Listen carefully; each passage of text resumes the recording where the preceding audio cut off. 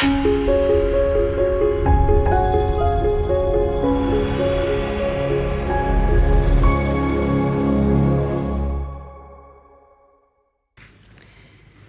j'étais une jeune adolescente et qu'on me demandait ce que je voulais faire plus tard, mes idées étaient encore floues. Mais pourtant, je savais une chose, je voulais servir mon pays.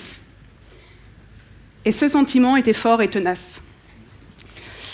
Et puis rapidement, l'idée m'est venue de rentrer dans l'armée. Alors je ne sais pas vraiment d'où elle est venue, cette idée, parce que personne dans mon entourage, que ce soit dans ma famille ou parmi mes amis, n'était militaire. Et puis les copines n'en rêvaient pas vraiment à l'école. En plus, cette idée est parue bien étrange aux yeux de beaucoup de monde, notamment aux yeux de ma mère, qui aurait été largement rassurée de me voir devenir institutrice. Alors d'où m'est venue cette idée ? Peut-être du scoutisme que je pratiquais avec un grand enthousiasme. Le scoutisme véhicule des valeurs patriotiques qui ont toujours eu un écho singulier en moi. Je me rappelle qu'en camp, les étés, lorsqu'on montait les couleurs, le drapeau français, tous les matins en gants blancs, eh bien, j'étais fascinée par ce drapeau. Et je crois qu'aujourd'hui encore, quand nous montons le drapeau français au régiment ou ailleurs, eh bien, je porte ce même regard d'enfant.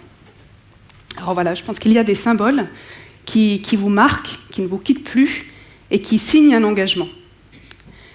Alors voilà, cette idée d'intégrer le corps militaire, qu'elle me soit venue ou non du scoutisme, en tout cas elle était là, bien présente, et elle ne m'a pas quittée. Donc j'ai décidé de m'engager dans l'armée. Quand on parle de l'engagement militaire, ça n'est pas rien. Ça a du sens. C'est un engagement total. C'est un engagement total parce qu'il peut vous conduire très loin, jusqu'à donner la mort et également jusqu'à donner sa vie. Alors il faut en avoir conscience, bien sûr, l'accepter et y être prêt. Et c'était mon cas, j'étais décidée, donc je suis rentrée à l'école spéciale militaire de Saint-Cyr. Voilà, j'avais la conviction vraiment que ça correspondait bien à mon caractère et à mes idées. Et cette conviction que j'identifiais comme ma vocation était franche, profonde, et elle s'est imposée. Alors certains de mes camarades de promotion me disaient souvent « Mais qu'est-ce que tu fais là ? Mais tu n'as rien à faire ici, mais tu serais bien mieux ailleurs. » Oui, mais moi, je n'avais pas de doute sur mes raisons d'être avec eux. Et on avait choisi une devise en section qui était « J'y suis, j'y reste ». Elle reflétait tout à fait mon état d'esprit. Donc je n'ai pas accordé aux critiques plus de poids qu'elles n'en méritaient, parce que je pense aussi que savoir ne pas entendre pour rester concentré sur son engagement, voilà, c'est important et que ça nous permet de répondre simplement par la persévérance. Et la persévérance, c'est un sourire à chaque épreuve, parce qu'on sait qu'on est à sa place, eh bien c'est la plus désarmante des réponses.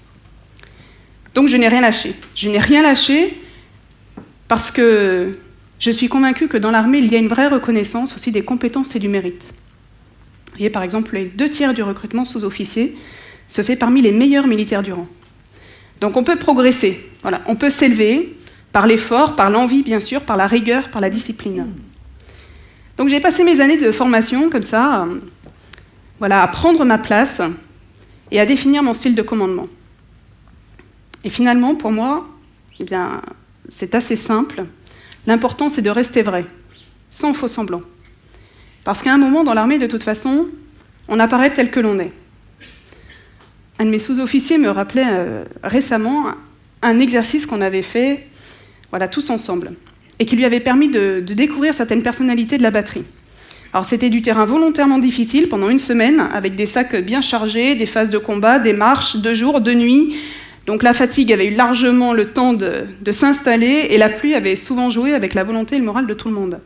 Eh bien, dans ces moments-là, tout le monde apparaît voilà, brut. Toutes les personnalités se révèlent, et vous ne pouvez pas tricher.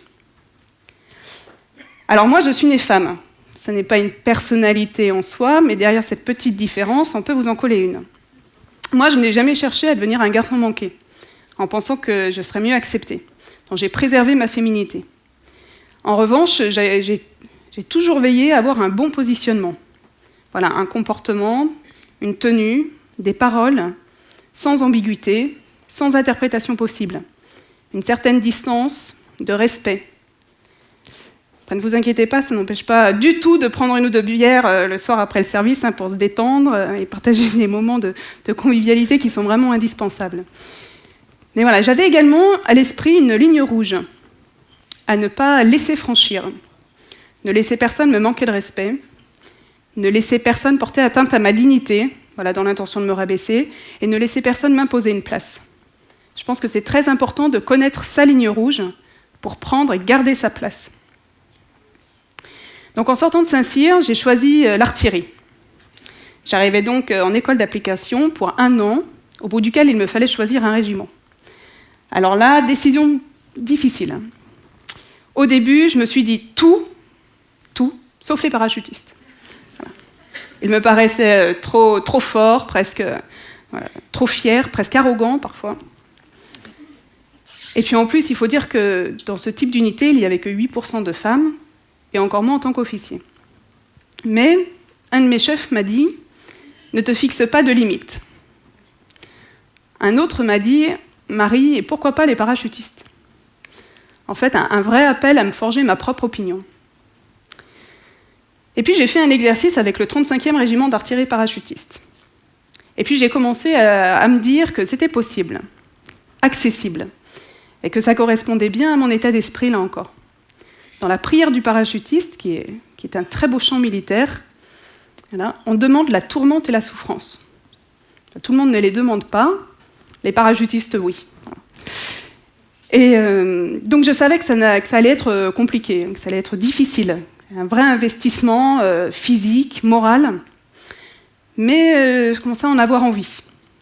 Et puis en m'exerçant, je me suis dit que j'aurais tout à fait les compétences pour remplir les fonctions que l'on me donnerait. Donc je me suis dit que je pouvais tout à fait m'y épanouir.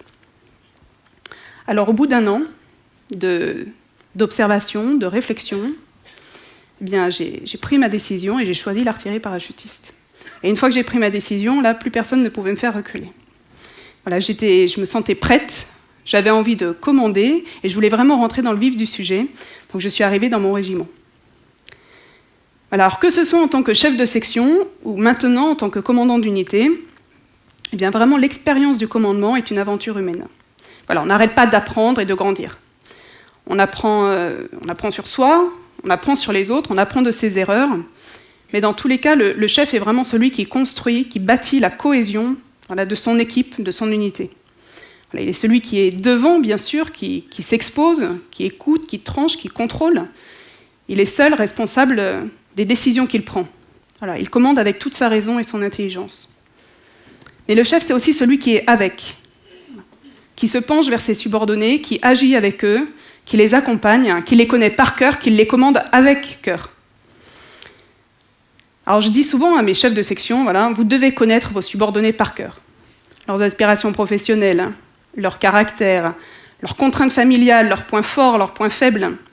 Voilà, c'est parce que vous connaissez parfaitement vos subordonnés, eh bien que vous pouvez les placer au bon moment, à la bonne place. Optimiser leur potentiel individuel et collectif.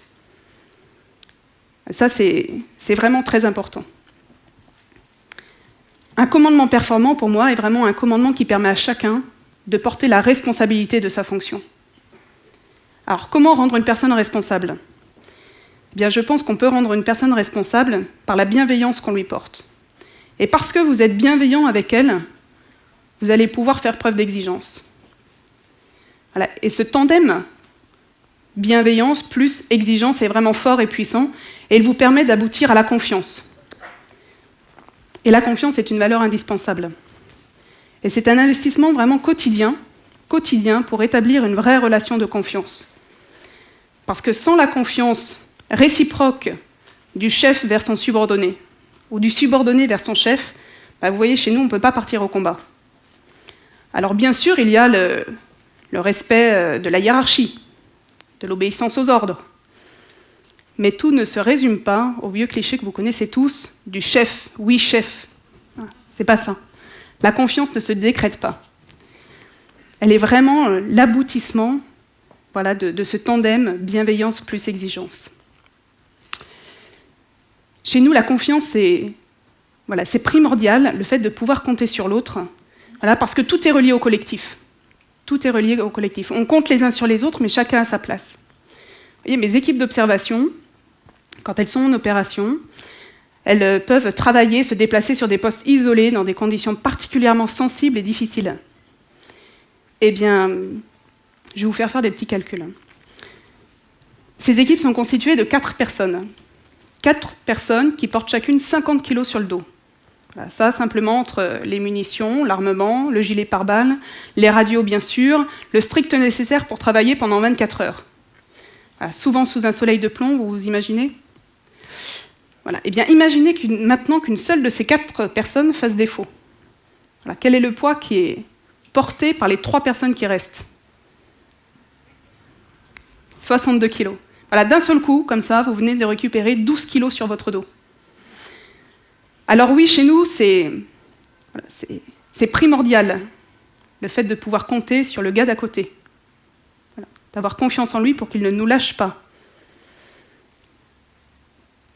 Nous avons tous conscience que notre engagement, c'est de constituer un maillon d'une même chaîne, une chaîne dédiée à servir son pays pour en préserver la liberté. Alors ça ne passe pas par des actions éclatantes, par des faits d'armes extraordinaires, même si je veux saluer vraiment le professionnalisme et le courage de tous mes hommes et femmes qui ont connu des opérations difficiles vraiment et l'engagement sous le feu. Mais notre engagement, mon engagement, passe aussi par le dévouement de se tenir prêt, à être engagé en permanence au claquement de doigts. Quand il y a eu les attaques au Bataclan, j'établissais dans les minutes qui suivaient la liste de tous les personnels que je pouvais envoyer en renfort dès le lendemain matin sur Paris parce que je savais qu'ils seraient prêts. Alors finalement, si je remonte le fil, ce qui a motivé mon engagement à rentrer dans l'armée, c'est la confiance que j'avais dans mes convictions et mes aspirations. Ce qui justifie aujourd'hui mon engagement, c'est la confiance de mes subordonnés, dans ma capacité à les former, à les entraîner, à les commander. Et finalement, ce qui me fait lever tous les matins, c'est la confiance que vous nous portez et également la confiance que je vous dois. Merci.